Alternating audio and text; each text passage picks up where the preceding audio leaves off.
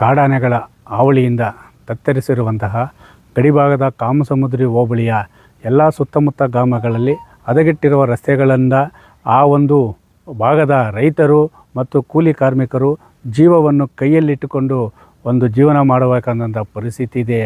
ಯಾಕಂದರೆ ಇವತ್ತು ಲಕ್ಷಾಂತರ ರೂಪಾಯಿ ಬಂಡವಾಳ ಹಾಕಿ ಬೆಳೆದಂತಹ ಬೆಳೆ ಕೈಗೆ ಬರುವ ಸಮಯದಲ್ಲಿ ಈ ಕಾಡಾನೆಗಳು ಸಂಪೂರ್ಣವಾಗಿ ನಾಶ ಮಾಡ್ತಾಯಿದೆ.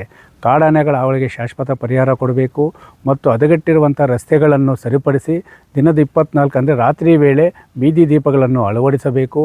ಮತ್ತು ಸರ್ಕಾರಿ ಆಸ್ಪತ್ರೆ ಇರ್ಬೋದು, ಶಾಲೆ ಇರ್ಬೋದು, ಮತ್ತಿತರ ಮೂಲಭೂತ ಸೌಕರ್ಯಗಳನ್ನು ಗಡಿಭಾಗಕ್ಕೆ ಒದಗಿಸಲು ಮಾನ್ಯ ಬಂಗಾರಪೇಟೆ ಶಾಸಕರಾದ 3 ಬಾರಿ ಜನಪ್ರಿಯ ಶಾಸಕರಾಗಿ ಆಯ್ಕೆಯಾಗಿರುವಂಥ ಎಸ್.ಎನ್. ನಾಣಸಾಮಣ್ಣನವರನ್ನು ಗಡಿಭಾಗದ ಕದಿನತ್ತ ರೈತರು ಮತ್ತು ರೈತ ಸಂಘದಿಂದ ಇವತ್ತು ಭೇಟಿಯಾಗಿ ಅವರಿಗೆ ಕೂಲಂಕುಷವಾಗಿ ಸಮಸ್ಯೆಗಳ ಬಗ್ಗೆ ಮನವರಿಕೆ ಮಾಡಿಕೊಟ್ಟಿದ್ದೀವಿ.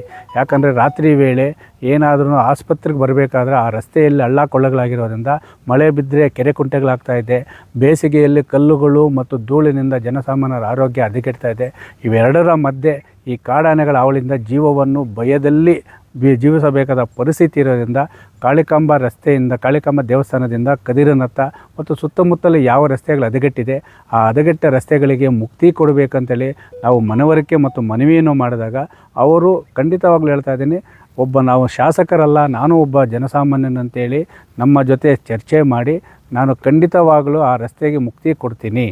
ಅದರ ಜೊತೆಗೆ ರೈತರಿಗೆ ಒಂದು ಮನವಿಯನ್ನು ಮಾಡ್ತಾಯಿದ್ದೀನಿ, ದಯವಿಟ್ಟು ಗೋಮಾಳ ಬಿಟ್ಟು ಈ ಒಂದು ಅರಣ್ಯ ಭೂಮಿಯಲ್ಲಿ ಕೆಲವು ಕಿಡಿಗೇಡಿಗಳು ಬಂದು ನಿಮಗೆ ನಾವು ಮಂಜೂರು ಮಾಡಿಕೊಡ್ತೀವಿ, ಅದು ಮಾಡ್ತೀರಿ ಇದು ಮಾಡ್ತೀರಿ ಅಂದರೆ ಮೋಸ ಹೋಗೋಕ್ಕೆ ಹೋಗಬೇಡಿ. ಯಾವುದೇ ಕಾರಣಕ್ಕೂ ಈ ಒಂದು ಅರಣ್ಯ ಭೂಮಿ ಯಾರಿಗೂ ಸಹ ಮಂಜೂರು ಆಗೋದಿಲ್ಲ ಅಂಥೇಳಿ ಅಲ್ಲಿನ ರೈತರಿಗೂ ಸಹ ಮನವರಿಕೆ ಮಾಡ್ಕೊತಾರೆ. ಒಟ್ಟಾರೆಯಾಗಿ 3 ಬಾರಿ ಶಾಸಕರಾಗಿದ್ದರೂ ಸಹ ಯಾವುದೇ ಜಂಬ ಇಲ್ಲದಂತೆ ರೈತರೊಡನೆ ಸಮರ್ಪಕವಾಗಿ ಚರ್ಚೆ ಮಾಡಿ ಈ ಒಂದು ಗಡಿಭಾಗದ ಆ ರಸ್ತೆಗಳಿಗೆ ಮುಕ್ತಿ ಕೊಡ್ತೀವಿ. ಗಡಿಭಾಗದ ರೈತರ ಸಮಸ್ಯೆಗಳಿಗೆ ನಾನು ಸದಾ ಇರ್ತೀನಿ.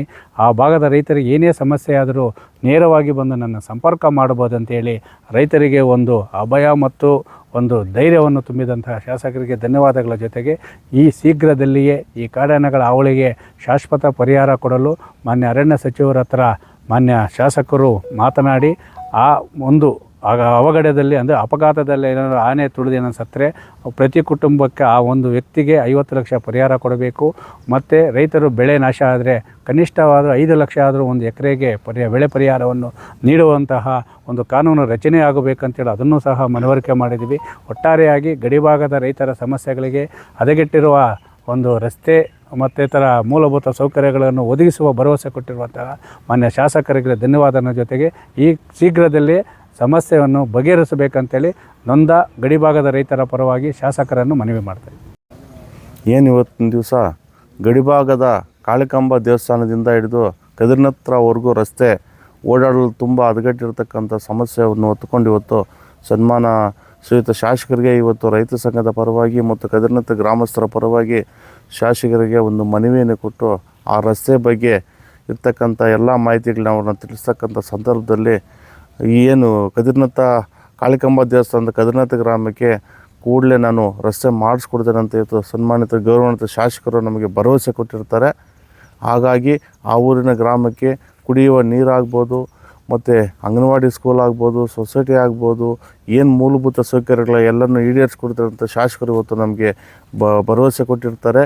ಹಾಗಾಗಿ ಇವತ್ತಿನ ದಿವಸ ನಾವು ರೈತ ಸಂಘದಿಂದ ಕಾಳಿಕಾಂಬ ದೇವಸ್ಥಾನ ಕದಿರ್ನತ್ತವರೆಗೂ ರಸ್ತೆ ಬೇಗ ಕೆಲಸ ಮುಗಿಸ್ಕೊಡ್ಬೇಕಂತ ಶಾಸಕರಿಗೆ ಏನು ಕದಿರ್ನತ್ತ ಗ್ರಾಮಸ್ಥರು ಮತ್ತು ರೈತ ಸಂಘದ ಮುಖಂಡರು ಇವತ್ತು ಶಾಸಕರಿಗೆ ನಾವು ಮನವಿಯನ್ನು ಕೊಟ್ಟಿರ್ತೀವಿ.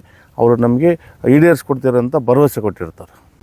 ಸನ್ಮಾನ್ಯ ಶಾಸಕರಾದ ಎಸ್.ಎನ್. ನಾರಾಯಣಸ್ವಾಮಿ ಅವರಿಗೆ ನಮ್ಮ ಕದಿರ್ನತ್ತದ ಕಾಳಿಕಾಂಬ ದೇವಸ್ಥಾನದಿಂದ ಕದಿರ್ನತ್ತ ದೇವಸ್ಥಾನ ಇದು ಕದಿರ್ನತ್ತ ಊರುವರೆಗೆ ಗ್ರಾಮದವರೆಗೆ ರೋಡ್ ವ್ಯವಸ್ಥೆ ಸ್ವಲ್ಪ ಇದರಿಂದ ಒಂದು ಮನವಿ ಕೊಟ್ಟಿದ್ದೀವಿ. ಅದ ಕಾರಣದಿಂದ ಅವರು ಒಪ್ಕೊಂಡು ನಾನು ಅತಿ ಶೀಘ್ರದಲ್ಲಿ ನಾನು ಮುಗಿಸ್ಕೊಡ್ತೀನಿ, ಎಲ್ಲ ಕೆಲಸ ಕಾರ್ಯಗಳು ಮಾಡಿಕೊಡ್ತೀನಿ ಅಂತ ಹೇಳಿದ್ದಾರೆ. ಮೂಲಭೂತ ಸೌಕರ್ಯಗಳನ್ನು ಮಾಡಿಕೊಡ್ತೀನಿ ಅಂತ ಹೇಳಿದ್ದಾರೆ. ಅದಕ್ಕೆ ಅವರಿಗೆ ಧನ್ಯವಾದಗಳನ್ನು ಹೇಳಲು ಬಯಸ್ತೇನೆ. ಅದೇ ರೀತಿಗೆ ನಮ್ಮ ರಸ್ತೆ ತುಂಬ ಹದಗೆಟ್ಟಿರೋದ್ರಿಂದ ಕಾಡಾನೆಗಳು ಮತ್ತು ಕಾಡಾನೆ ಹಾವಳಿಗಳಿಂದ ತುಂಬ ಇರೋದರಿಂದ ಅದ್ರಿಗೂ ನಾವು ಮನವಿ ಮಾಡಿದ್ದೀವಿ. ಅದು ಅತಿ ಶೀಘ್ರದಲ್ಲಿ ಅದನ್ನು ಮಾಡಿಕೊಡ್ತೀನಿ, ಎಲ್ಲ ಮುಗಿಸ್ಕೊಡ್ತೀನಿ ಅಂತ ಹೇಳಿದರು. ನಮ್ಮ ಭರವಸೆ ಕೊಟ್ಟಿದ್ದಾರೆ. ಅದ್ರಿಗೇನು ಅವರಿಗೆ ಧನ್ಯವಾದಗಳನ್ನು ತಲುಪಿಸ್ತಾ ಇದ್ದೀನಿ.